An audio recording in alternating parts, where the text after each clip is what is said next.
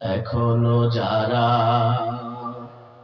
পায়নি দাওয়া কোরআনের মিছিলে, এখনো যারা পায়নি দাওয়া কোরআনের মিছিলে, শুনিয়ে দে চল শতবাণী, শুনিয়ে দে চল শতবাণী, পথ বাতলে দে আমলে, বলে দে বুকে টেনে, জান্নাতে একাই আমি যাব না তো ভাই, তোমাকেও জান্নাতি দলে নিতে চাই। রাজি আছেন সবাই? রাজি আছেন সবাই? জান্নাতে একাই আমি যাব না তো ভাই, সবাইকে জান্নাতি দলে নিতে চাই। এখনো যারা পায়নি দাওয়া কোরআনের মিছিলে, শুনিয়ে দে চল শতবাণী। কোরআনের চাইতে দ্বিতীয় সত্য আর কিছু আছে? কোরআন কার কথা? আল্লাহর নবী বলেছেন, মান ক্বালা বিহি সাদাকা। কোরআন দিয়ে যারা কথা বলে, কোরআন দিয়ে যারা আন্দোলন করে, সংগ্রাম করে, কোরআনের কথার চাইতে সত্য কথা আর কার হতে পারে না। ওমান হাকামা বিহি আদালা। শুধু তাই নয়, কোরআনের নীতি, কোরআনের আইন দিয়ে সমাজ এবং রাষ্ট্রে যারা বিচার ফায়সালা করে, সুনিশ্চিত গ্যারান্টি এর চাইতে সত্য হক বিচার আর হতে পারে না। কোরআন হচ্ছে কার? শুনিয়ে দে চল শতবাণী, পথ বাতলে দে আমলে, বলে দে বুকে টেনে, জান্নাতে একাই আমি যাব না তো ভাই, তোমাকেও জান্নাতি দলে নিতে চাই। পড়েন, জান্নাতে একাই আমি যাব না তো ভাই, সবাইকে জান্নাতি দলে নিতে চাই, সবাইকে জান্নাতি দলে নিতে চাই, সবাইকে জান্নাতি দলে নিতে চাই।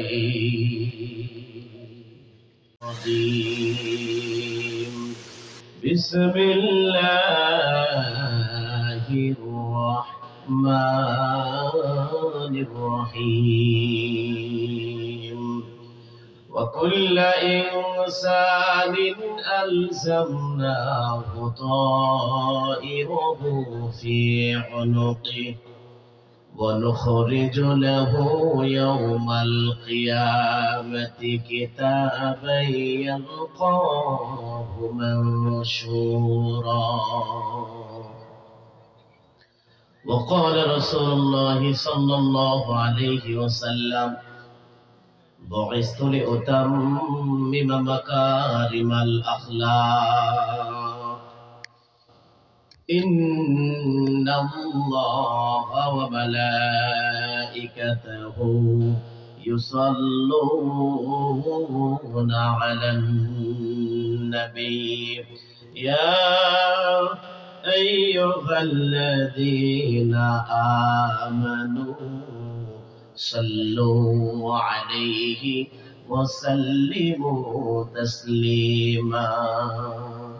اللهم صل على محمد. সবাই পড়ো, اللهم صل على محمد وعلى آل محمد كما صليت على إبراهيم وعلى آل إبراهيم إنك حميد مجيد. اللهم بارك على محمد وعلى آل محمد كما باركت على إبراهيم وعلى آل إبراهيم إنك حميد مجيد এখনো যারা পাইনি দাওয়া কোরআনের মিছিলে এখনো যারা পাইনি দাওয়া কোরআনের মিছিলে শুনিয়ে দে চলো শতবাণী শুনিয়ে দে চলো শতবাণী পথ বাতলে দে আমলে বলে দে বুকে টেনে জান্নাতে একাই আমি যাব না তো ভাই তোমাকেও জান্নাতি দলে নিতে চাই রাজি আছেন সবাই রাজি আছেন সবাই জান্নাতে একাই আমি যাব না তো ভাই সবাইকে জান্নাতি দলে নিতে চাই এখনো যারা পাইনি দাওয়া কোরআনের মিছিলে শুনিয়ে দে চলো শতবাণী কোরআনের চাইতে দ্বিতীয় সত্য আর কিছু আছে কোরআন কার কথা আল্লাহর নবী বলেছেন মান ক্বালা বিহি সাদাকা কোরআন দিয়ে যারা কথা বলে কোরআন দিয়ে যারা আন্দোলন করে সংগ্রাম করে কোরআনের কথার চাইতে সত্য কথা আর কার হতে পারে না ওমান হাকামা বিহি আদালা শুধু তাই নয় কোরআনের নীতি কোরআনের আইন দিয়ে সমাজ এবং রাষ্ট্রে যারা বিচার ফয়সালা করে সুনিশ্চিত গ্যারান্টি এর চাইতে সত্য হক বিচার আর হতে পারে না কোরআন হচ্ছে কার শুনিয়ে দে চলো শতবাণী পথ বাতলে দে আমলে বলে দে বুকে টেনে জান্নাতে একাই আমি যাব না তো ভাই তোমাকেও জান্নাতি দলে নিতে চাই পড়েন জান্নাতে একাই আমি যাব না তো ভাই সবাইকে জান্নাতি দলে নিতে চাই সবাইকে জান্নাতি দলে নিতে চাই সবাইকে জান্নাতি দলে নিতে চাই ঐতিহ্যবাহী জেলা বরিশাল উজিরপুর থানার অন্তর্গত বড়কোঠা ইউনিয়ন ডিগ্রি কলেজ মাঠ সংলগ্নে বড়কোঠা ইউনিয়ন উলামা মাশায়েখ পরিষদ ও এলাকাবাসীর উদ্যোগে আয়োজিত বার্ষিক তাফসীরুল কোরআন মাহফিলের সম্মানীয় মুহতারাম শ্রদ্ধেয় সভাপতি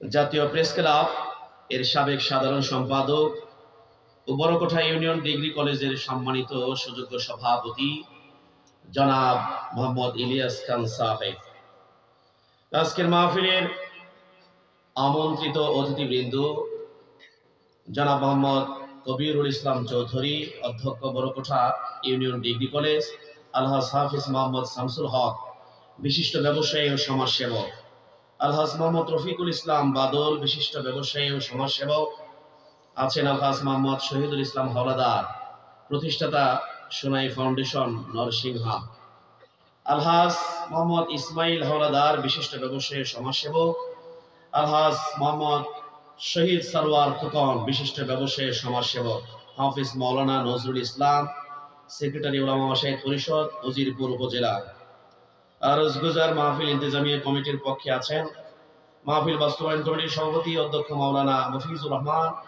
আছেন সম্পাদক মোহাম্মদ আনোয়ার হোসেন উপস্থিত বিশিষ্ট রাজনৈতিক ব্যক্তিত্ব ইসলামী আন্দোলনের সিপাহ সালার জাতির শ্রেষ্ঠ সন্তান সম্মানিত উলামায়ে কেরাম আমার সাথে এসেছেন আপনাদের এলাকার কৃতি সন্তান বিশিষ্ট আলেম দ্বীন হযরত মাওলানা হাফেজ মুফতি শামীম আহমদ মঞ্চের সামনে ভূমিষ্ঠ দিনদার ইমানদার মুসলমান ভাইরা, পর্দার আড়ালে অবলা সরলা সর্বোচ্চ সম্মানিতা মা ও বোনেরা আছেন, জাতির গৌরব উজ্জ্বল আছেন এক ঝাঁক তরুণ সমাজ, হীরকখণ্ড অত্র এলাকার সোনার টুকরা যুবক ভাইরা, সকলকে নিয়েই শুরুতেই সেই মহান মনিব মাহমুদের দরবারে শুকরগুজার করছি, যিনি আমাদেরকে এই বড়কোঠা এলাকার হাজারো জনতার মধ্য থেকে যাচাই বাছাইয়ের মাধ্যমে পৃথিবীর শ্রেষ্ঠতম আয়োজন কোরআনের এই সুন্দর নান্দনিক জান্নাতি আয়োজনে আসার এবং বসার তৌফিক দান করেছেন। তারই দরবারে খুশি এবং আনন্দ চিত্তে মন প্রাণ উজাড় করে সমস্ত মহব্বত আর ভালোবাসা একত্রিত করে সিংহ শার্দুলের মতো গর্জন দিয়ে অত্র বড়কোঠা এলাকার আকাশ বাতাস মুখরিত করে চিৎকার করে একবার সকলে পড়ে নিয়ে আলহামদুলিল্লাহ। দরুদ ও সালাম বর্ষিত হোক সর্বকালের সর্বযুগের সর্বশ্রেষ্ঠ মহামানব, মহান নেতা, মহান শিক্ষক, নবী মুকাররম, সাইয়্যিদুল মুরসালিন, খাতামান নবিয়্যিন, আশরাফুল আম্বিয়া জনাবে মুহাম্মদুর রাসূলুল্লাহ সাল্লাল্লাহু আলাইহি ওয়াসাল্লাম। সম্মানিত উপস্থিতি দ্বীনি ভাইরা, মাহফিলে আসতে পেরে আমরা খুশি না বেজার? অবশ্যই খুশি হওয়ার কথা, কারণ এখানে যতক্ষণ আলোচনা হবে, কথা হবে, সবটাই কার জন্য হবে?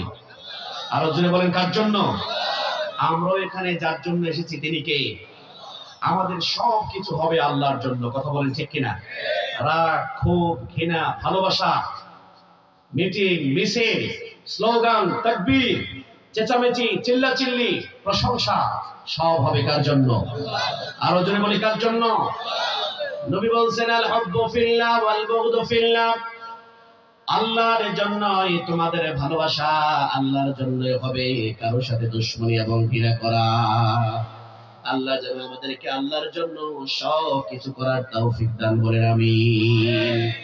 আমার ভাইয়েরা, আল্লাহ রাব্বুল আলামিন বলেন, গোলাম রে, আমি আল্লাহর জন্য যারা সব কিছু করার জন্য প্রস্তুত, আমি আল্লাহর উপর যারা পরিপূর্ণভাবে ঈমান আনে এবং বিশ্বাস করে, একমাত্র তারাই আমি আল্লাহর জন্য সর্বদা প্রস্তুত থাকে। কথা বলেন ঠিক কিনা?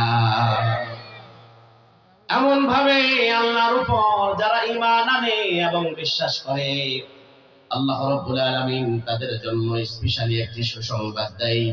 আল্লাহ রাব্বুল আলামিন তাদের জন্য বলেন, এমন ভাবে আমি আল্লাহর উপর যারা ঈমান আনে এবং বিশ্বাস করে, দুনিয়ার সাধারণ কেউ না, তারা আমি আল্লাহর একেবারে নিকটবর্তী বন্ধু হয়ে যায় তারা। আল্লাহু ওয়ালিয়্যুল্লাযীনা আমানু ইউখরিজুহুম মিনাজ যুলুমাতি ইলান নূর। আল্লাহু আকবার। আল্লাহ বলে, আমি আল্লাহর উপর যারা ঈমান আনে, আমি আল্লাহর উপর যারা পরিপূর্ণভাবে বিশ্বাস করে, এমন ঈমানদার যারা, আমি আল্লাহর খাঁটি বন্ধু হয়ে যায় তারা। আল্লাহর যারা বন্ধু হয় তাদের কি কোনো ভয় থাকতে পারে? আল্লাহর যারা বন্ধু হয় তাদের কি কোনো মন খারাপ থাকতে পারে? আল্লাহ বলে, ঈমানদারেরা রে শোনো, বন্ধু হয়ে আমি আল্লাহ বন্ধুদের উপর কি রহম করি এবং দয়া করি। ইউখরিজুহুম মিনাজ যুলুমাতি ইলান নূর। আমি আল্লাহর উপর যারা ঈমান আনে, আমি আল্লাহর উপর যারা পরিপূর্ণ বিশ্বাস করে, এমন ঈমানদার বন্ধুদেরকে অন্ধকারের পথ থেকে, জিহালাতের পথ থেকে, মুক্তির পথ, আলোর পথ, জান্নাতের পথের দিকে আমি আল্লাহ তাদেরকে নিয়ে যাই। যার কারণে মুমিনরা কখনো বিচলিত হয় না। মুমিনরা দুঃসময়ে, দুর্দিনে, মৃত্যুর মঞ্চে দাঁড়িয়েও তারা আল্লাহর জন্য সব মেনে নেয়। পৃথিবীর ইতিহাস প্রমাণ করে, বর্তমান সময়ে ইসলামের জন্য, আল্লাহর জন্য যারা জীবন দেয়, দুনিয়ার সবকিছু বিসর্জন দিতে রাজি, আল্লাহর উপরে ঈমান নিয়ে তারা চলে যেতে রাজি। কথা বলেন ঠিক কিনা? সব দিবে, বেসটা একটু বাড়িয়ে দিন। হ্যাঁ, বেসটা বাড়িয়ে দিন। মুমিন এমনটাই হবে, আমাদেরকে শিখিয়েছেন মুহাম্মদ সাল্লাল্লাহু। আপনারা জানেন নবী আমার ইমানের জন্য রক্ত দিয়েছেন, কথা বলেন ঠিক কিনা? ইমানের জন্য তায়েফের ময়দানে রক্ত দিয়ে শেষ নয়, উহুদের ময়দানে নবী আমার দাঁত দিয়েছেন, কিন্তু ঈমান দেয় নাই, ঠিক কিনা? নবী আমার শিহাবে আবু তালেবে 3 বছরের অধিক জেল জীবন যাপন মেনে নিয়েছেন, তবু ঈমান। শুধু তাই নয়, নবীর উপর কাবা ঘরের চত্বরে আবু জাহেলের চামচারা নবীকে ফাঁস পর্যন্ত দেওয়ার চেষ্টা করেছে, তবু গলার মধ্যে ফাঁসটাকে বরণ করে নিলেও নবী ঈমান দেয় নাই। সর্বশেষ প্রমাণ করেছেন ঈমানের উপর টিকে থাকার জন্য নবী মক্কার জন্মভূমি কাবা ঘরকে ছেড়ে দিতেও প্রস্তুত, কিন্তু মুহূর্তের জন্য ঈমান ছাড়তে রাজি ছিলেন না, কথা বলেন ঠিক কিনা? এটা হলো 1500 বছর আগের কথা। 2024 পর্যন্ত আমরা দেখেছি সেই নবী রাসূলের রেখে যাওয়া ঈমান, সেই নবী রাসূলদের রেখে যাওয়া ইসলামী আন্দোলন, সেই নবী রাসূলদের রেখে যাওয়া কোরআন এবং সুন্নাহকে আজ আল্লাহর জমিনে টিকিয়ে রাখার জন্য প্রয়োজনে ফাঁসির রশিকে তারা চুম্বন্দি গলার মধ্যে ঝুলিয়ে জীবন দিয়ে দেয়, তবু ঈমান দেয় না, কথা বলেন ঠিক কিনা? কবিও কত সুন্দর করে তাদেরকে বলেছেন, যা আছে মোর সামনে যাও, ঈমান আমার নিও না, ঈমান ছাড়া ও গো প্রভু মন নামাই দিও না, না না, যা আছে মোর সামনে যাও, ঈমান আমার নিও না। জোরে বলেন, কথা ঠিক কিনা? তাহলে আমরা জীবন দিতে জানি, কিন্তু ঈমান দিতে, আমরা মাথা দিতে জানি, আল্লাহ দিতে জানি, কিন্তু ঈমান দিতে জানি না, কথা বলেন ঠিক কিনা? তাহলে আমাদেরকে দাওয়াই কে? আমাদেরকে ঠেকাই কে? আমাদেরকে পৃথিবীর মানচিত্র থেকে মুছে দেবার কে? মুসলিম সম্প্রদায় ইমানদারদেরকে, ইসলামী আন্দোলনের কর্মীদেরকে, যারা যুগে যুগে নিশ্চিহ্ন করতে চেয়েছে, পৃথিবীর মানচিত্র থেকে তারা আউট হয়ে গিয়েছে, কথা বলেন ঠিক কিনা?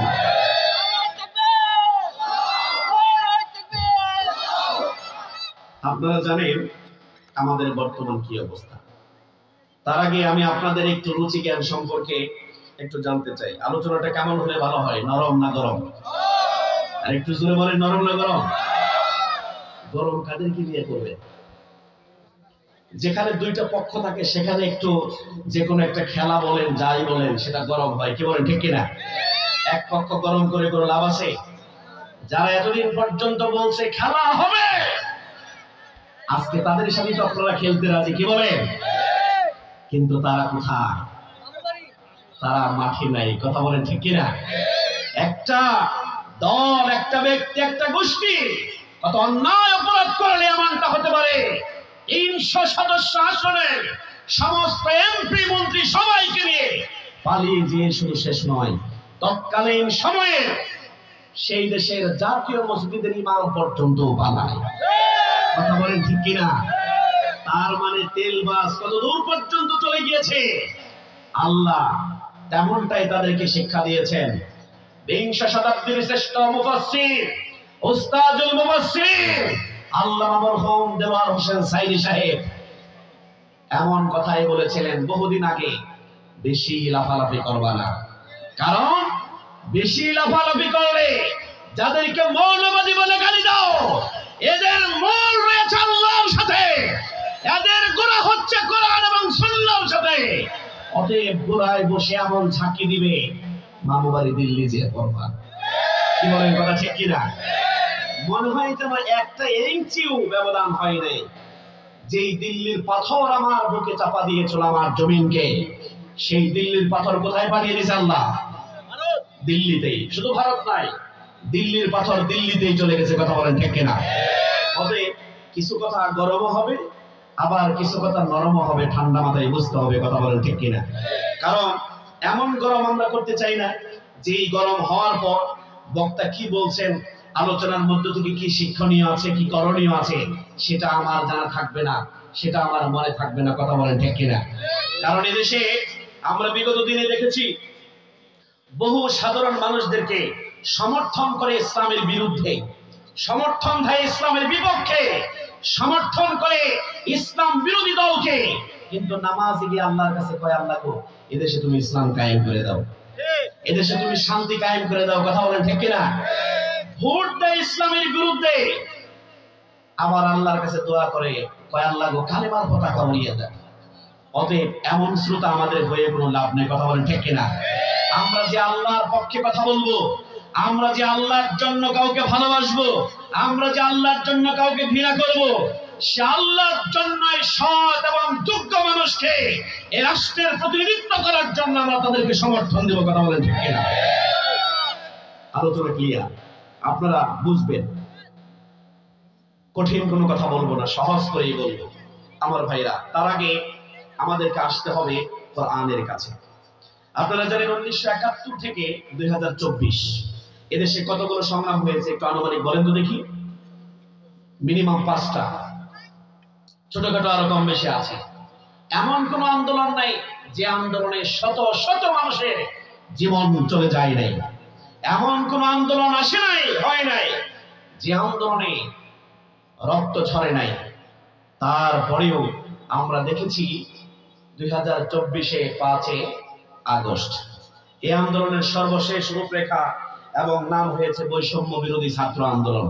এর আন্দোলন, এই আন্দোলন সফল হয়েছে। সফল হওয়ার পরে আমরা যে 4 মাস পেরিয়ে বর্তমানে আমরা আছি, আগামীতে আমরা আল্লাহ চাহে তো বেঁচে থাকবো, আমরা দেখতে পারবো।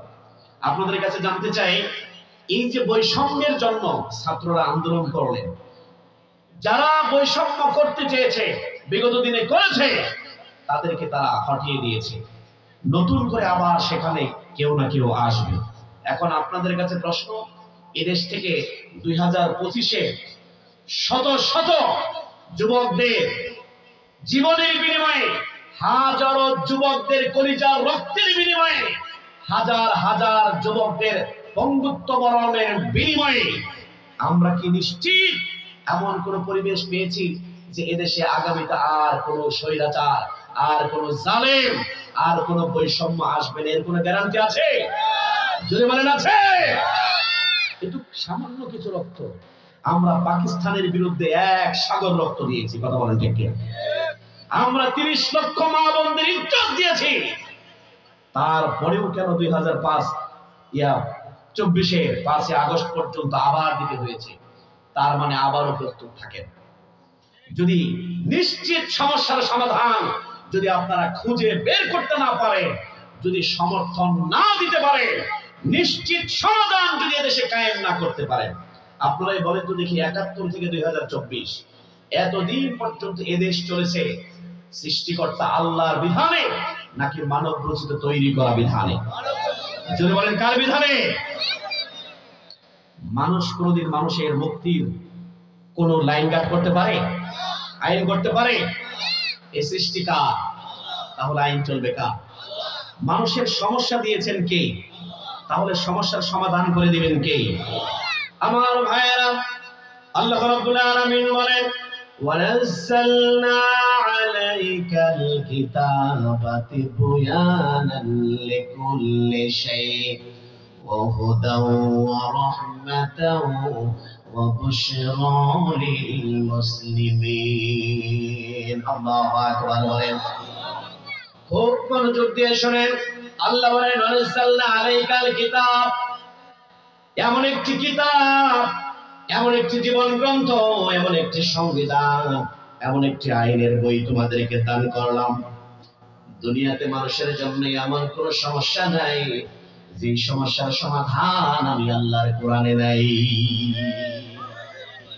তুমি যদি স্পেশালি হেদায়েত চাও, কোরআনে আছে। তুমি যদি কল্যাণ চাও, তাও কোরআনে আছে। ও মুসলমান, তুমি যদি সুসংবাদ পেতে চাও, ওয়া বুশরা লিল মুসলিমিন। এই কোরআনের মধ্যে মুসলমানের জন্য সুসংবাদ দিয়েছেন কে? আমার ভাইয়েরা, তাহলে এবার ভালো করে শুনুন।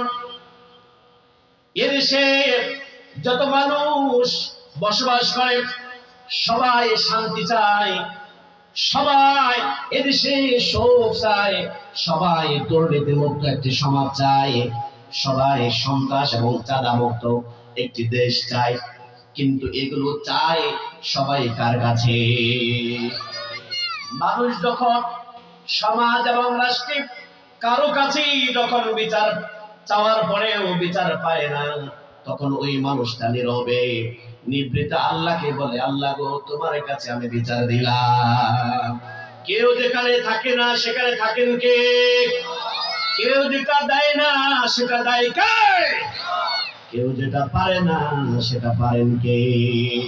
এগুলো ভুলে গেলে চলবে না, এগুলো ভুলে গেলে চলবে না। ফেরাউনকে কেউ পারে নাই, পারছেন কে? নমরুদকে কেউ পারে নাই, পারছেন কে? কি আল্লাহ কি লক্ষ লক্ষ ফেরেশতা পাঠিয়ে দিয়েছে? না, ফেরাউনকে খালি পানির মধ্যে খালি চুবাইছে, আর কিছু না। একাই নমরুদকে খালি একটা ল্যাংড়া মশা ঢুকিয়ে দিয়েছে। আর ফেরাউন নমরুদের শালি টালি যারা হইতে চায় তাদেরকে আল্লাহ রাব্বুল আলামিন সেই সমাজে একেবারে সাধারণ সাধারণ ছোট্ট ছোট্ট আবাবিল পাখি নয়, ছোট্ট ছোট্ট যুবকদেরকে দিয়ে সাইজ করে দিয়েছে। আমার ভাইয়েরা, তাহলে সবাই শান্তি চাই, সবাই সমৃদ্ধি চাই, সবাই দেশের কল্যাণ চাই, কিন্তু পাই না। কারণ কি? যে আল্লাহর কাছে আমরা সুখ চাই, শান্তি চাই, শৃঙ্খলা চাই, সে আল্লাহ রাব্বুল আলামিনের বিধান আমরা মানি না। আল্লাহ বলছেন, কালিমাতুল্লাহি হিয়াল উলিয়া, সবার উপরে সর্বোচ্চ আওয়াজে থাকবে কার কালেমা? কই রাজপথে যখন যাই, যখন আমরা মিটিং করি, যখন আমরা মিছিল করি, আমরা তো আল্লাহর নামে শুরু করতে পারি না। আল্লাহর কালেমার আওয়াজটা তো আমরা বড় করে তুলতে পারি না। কারণ যখনই মিছিল শুরু হয় তখন আমার দল থেকে শুরু হয়, জালো রে জালো। দেখছেন আছে না নাই? নাকি আমি বানিয়ে বললাম? একদিক থেকে শুরুই করে জালো রে জালো। এখন বলেন দেখি, আগুন জ্বালানো ভালো কাজ না খারাপ কাজ? আগুন জ্বালিয়ে শান্তি আনা যায় নাকি অশান্তি কায়েম হয়? আর একদিক থেকে শুরু করে জয় বাংলা, আছে না নাই? আবার মাঝে মধ্যে আমরা এটাও শুনি, আল্লাহ যেটা বলতে বলেছেন কালিমাতুল্লাহি হিয়াল উলিয়া, সে আওয়াজটা আমরা সর্বোচ্চ আওয়াজ দেওয়ার চেষ্টা করব। নারে তাকবীর! এখন নিরপেক্ষভাবে বলেন, এটা কি জহিরুল ইসলাম জিহাদির ব্যক্তিগত স্লোগান? এটা কি কোনো গোষ্ঠীর স্লোগান? এটা কার স্লোগান? আরো জোরে বলেন। আমার ভাইয়েরা, তাহলে শুনুন, আল্লাহ বলেন, ও দুনিয়ার গোলামেরা, সব সমস্যার সমাধান যদি পেতে চাও, মানব সমস্যা, পরিবার সমস্যা, রাষ্ট্র সমস্যা, অর্থ সমস্যা, বিচার সমস্যা, শান্তির সমস্যা, বৈষম্যের সমস্যা, সব সমস্যার সমাধান দিতে পারে আল কোরআন। একটু আওয়াজ দিয়ে বলে, সব সমস্যার সমাধান, সব সমস্যার সমাধান। এই স্লোগান আমাদের মাঝে মাঝে শুনতে পাই, আমাদের দেশে আছে না নেই? আপনাদেরকে বলি, এখন নারে তাকবীর, আল্লাহু আকবার, সব সমস্যার সমাধান দিতে পারে আল কোরআন। আমার নেতা, তোমার নেতা বিশ্বনবী মুস্তাফা